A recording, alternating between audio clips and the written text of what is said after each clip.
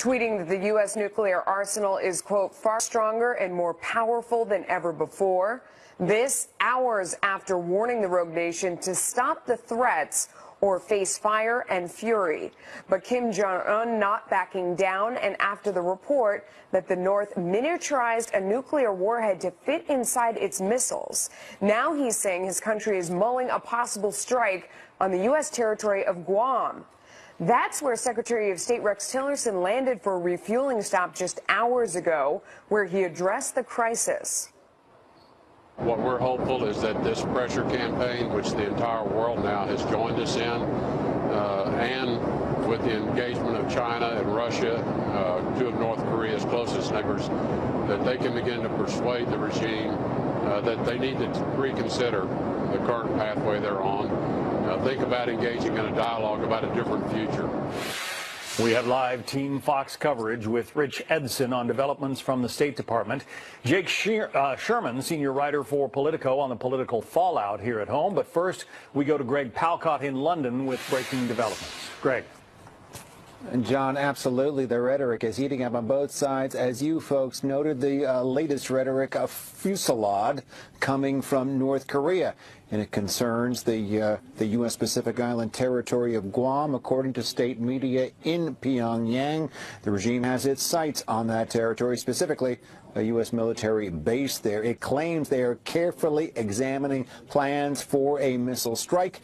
It would be put into practice when Kim Jong-un gives the word. In fact, Guam has been threatened several times in the past by North Korea, and this most recent threat seems less tied to the president's strong words in the past 24 hours, more tied to a flyby earlier this week of South Korea, not far below the DMZ, by U.S. B-1 bombers which work out of Guam. That drives Pyongyang absolutely up the wall. The flyby response to recent launches by North Korea. Fox News now confirming what U.S. intelligence officials have been saying, that North Korea can miniaturize its nuclear warheads to fit on top of the missiles. Following the word of that report yesterday, the president started making those strong comments, which, by the way, are still resonating not just in the halls of power in Pyongyang, but throughout the region. China today calling on all sides to avoid words or actions that intensify or escalate the situation. We've been hearing similar messages from other neighbors of North Korea, both South Korea and Japan. And just a reminder again from our experience on the ground over several trips to North Korea in the past several years, it's going to take a lot of pressure to get Kim Jong-un to give up his nukes and missiles. They're very much part of the identity of the regime. There were reminders of the claimed nuclear prowess all around Pyongyang. John, he could very well go down swinging on this one. Back to you. Greg Palcott from London. Thank you, Greg. President Trump threatening North Korea that it will be met with, quote, fire and fury if it keeps provoking the U.S. That language not stopping the regime from threatening to attack the U.S. Pacific Island territory of Guam. Secretary of State Rex Tillerson landing on Guam this morning, defending the president's words. Listen. I think what the president was doing is sending a strong message to North Korea in language that Kim Jong-un would understand, because he doesn't seem to understand diplomatic language. I think the president just wanted to be clear to the North Korean regime that the U.S., unquestionable ability to defend itself, will defend itself and its allies. And I think it was important that he deliver that message to avoid any miscalculation on their part. Rich Edson is live at the State Department with more. Rich, what's the latest? Well, Melissa, Secretary of State Rex Tillerson taking a much more measured approach, saying Americans should sleep well at night, that he has no concerns with the rhetoric over the past few days, and that he sees no imminent threat here. The Secretary of State made his remarks from Guam, the island that North Korea has just threatened. He's returning from a trip to Southeast Asia where he pressured allies and adversaries to try to cut off North Korea economically and diplomatically. I think, in fact, the pressure is starting to show. I think that's why the rhetoric coming out of Pyongyang is beginning to become louder and more threatening. Whether we've got them backed into a corner or not is difficult to say, but diplomatically, you never like to have someone in a corner without a way for them to get out. The secretary also notes that he believes that nothing has changed dramatically in the last 24 hours, though we have learned through U.S. intelligence officials that they believe North Korea has produced a nuclear warhead small enough to fit on a missile. The North Korean regime has tested 2 intercontinental ballistic missiles since the 4th of July. Tillerson says he spoke with Chinese and Russian officials throughout this trip, who in turn then met with North Korean officials. Tillerson also notes that China and Russia agreed to additional UN Security Council sanctions that passed unanimously over the weekend. Much of this trip was to try to pressure these allies and pressure China especially to fully enforce these UN Security Council resolutions to sanction North Korea in an attempt to try to force that regime to at least halt its weapons and nuclear program. Melissa? Very dicey. Rich Edson, thank you. So what to make of the president's remarks? Could the U.S. be on the brink of war after North Korea continues to raise the stakes with the back-to-back missile tests, and now word that it can fit a nuclear weapon, warhead, I should say, on to the missile? All of this leading to some tough talk from President Trump. North Korea best not make any more threats to the United States. They will be met with fire and fury like the world has never seen. He has been very threatening beyond a normal statement. And as I said, they will be met with fire, fury, and frankly power, the likes of which this world has never seen before. Joining us now, Jake Sherman, senior writer for Politico, co-author of Politico's Playbook. Strong language from the president, Jake, and you say that he's been getting some blowback, even domestically here at home.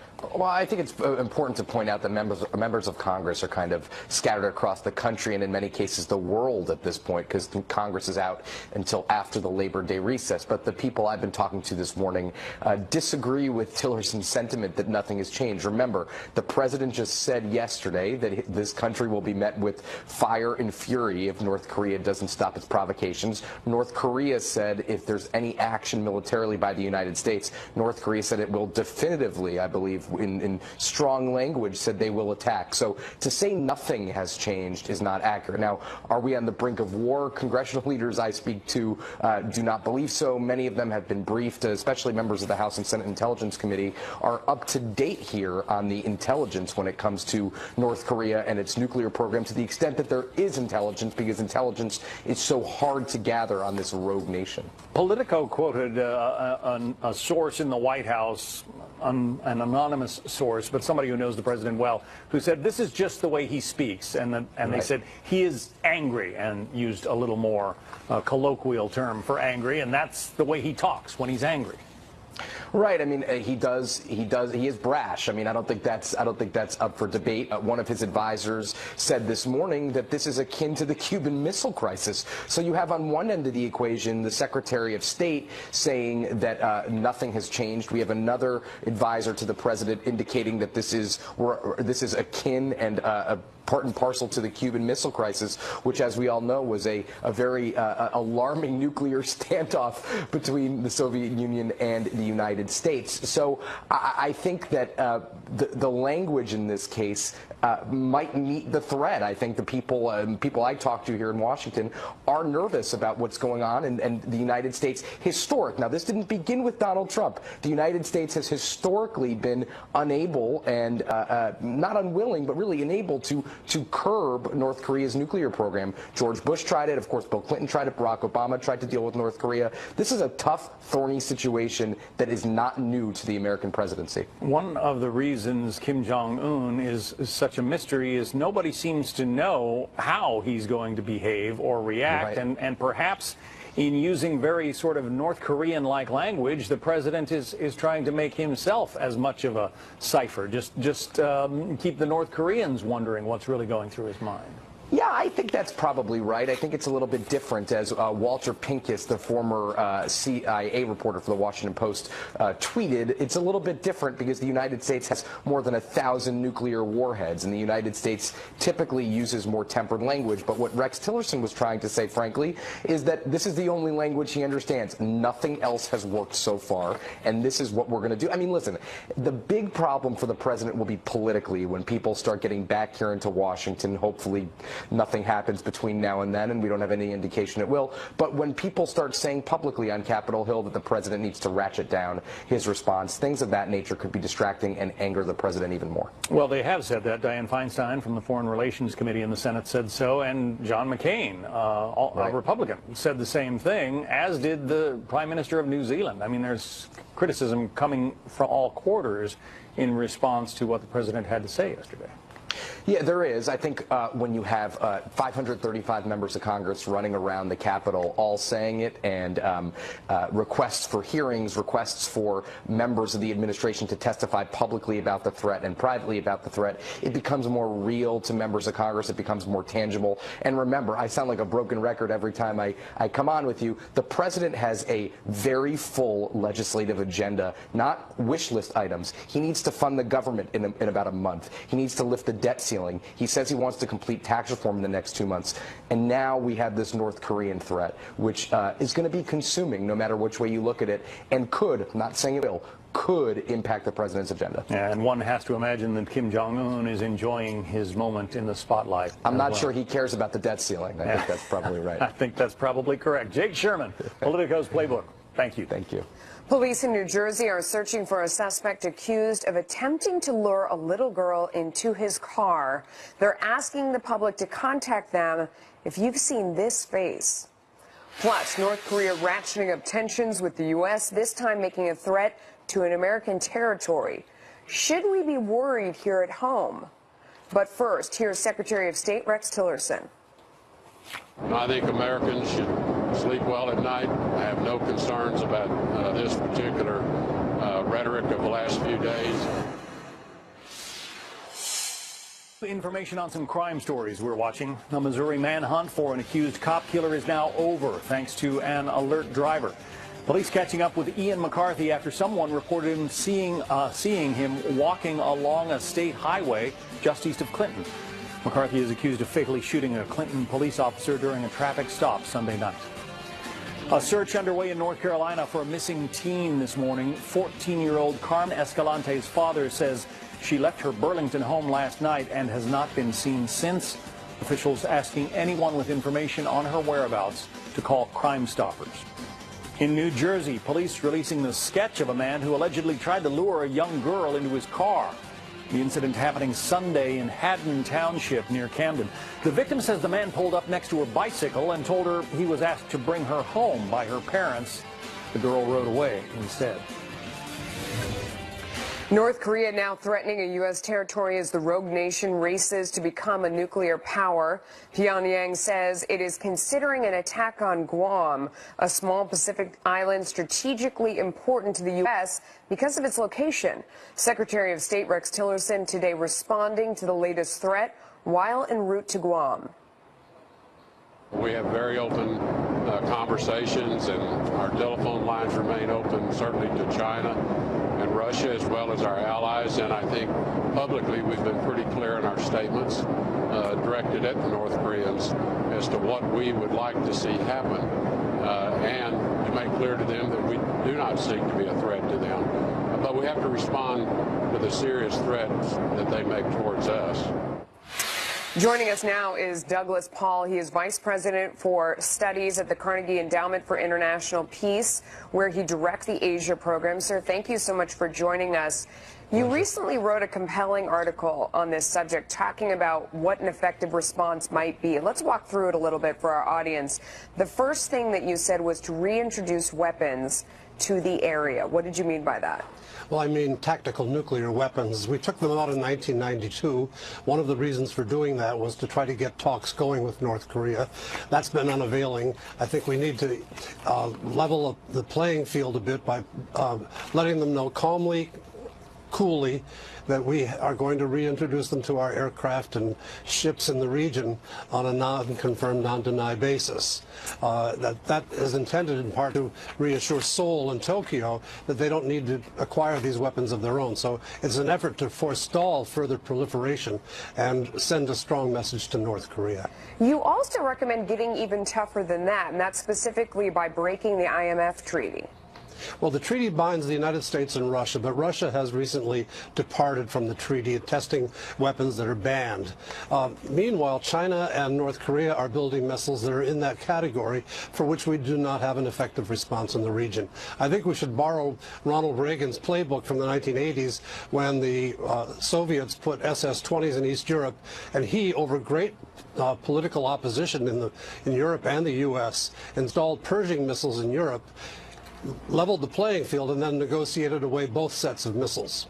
Yeah, and then not only that, beyond that even, you talk about beefing up defenses, more THAAD missile systems, and in fact, Lockheed is reporting that they're getting a lot of calls about those very things. Well, not just that, we also need mid-course Aegis-capable systems on board ships that would be on flight lines from North Korea toward various targets, including ourselves and the Allies. We also need to beef up our national missile defense up in Fort Greely, Alaska, and Vandenberg Air Force Base in California.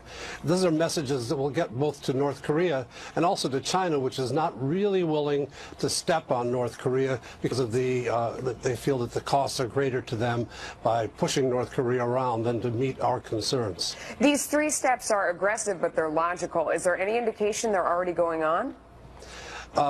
Not yet, no. We've had on the missile defense area, even the South Korean progressive government has talked about adding more THAAD missile launchers, and I think that's a sensible approach. But we have to think in terms of ourselves as well, so we need these mid-course interceptor capabilities as well as national missile defense. You also talk about setting up more covert options. What would that include?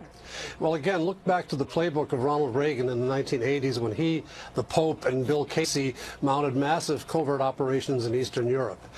Today, we're spending about $7 million total with congressionally authorized funds to get radios and broadcasts into North Korea. I think we need to step that effort up. Now, North Korea is not Eastern Europe in the 1980s. I don't want to go down that path. But there are new capabilities, cyber and otherwise, that should be fully funded covertly to let the regime know that it's in danger. Yeah. You know, net, all these things that you have suggested recently, North Korea has sort of been rewarded for their behavior with the last administration, giving concessions or loosening sanctions or trying to, you know, bring them back to the table with economics. At this point, it seems like that certainly hasn't worked, and what you're prescribing is really getting tough, not just economically, but with weapons. What do you think the overall response is to that?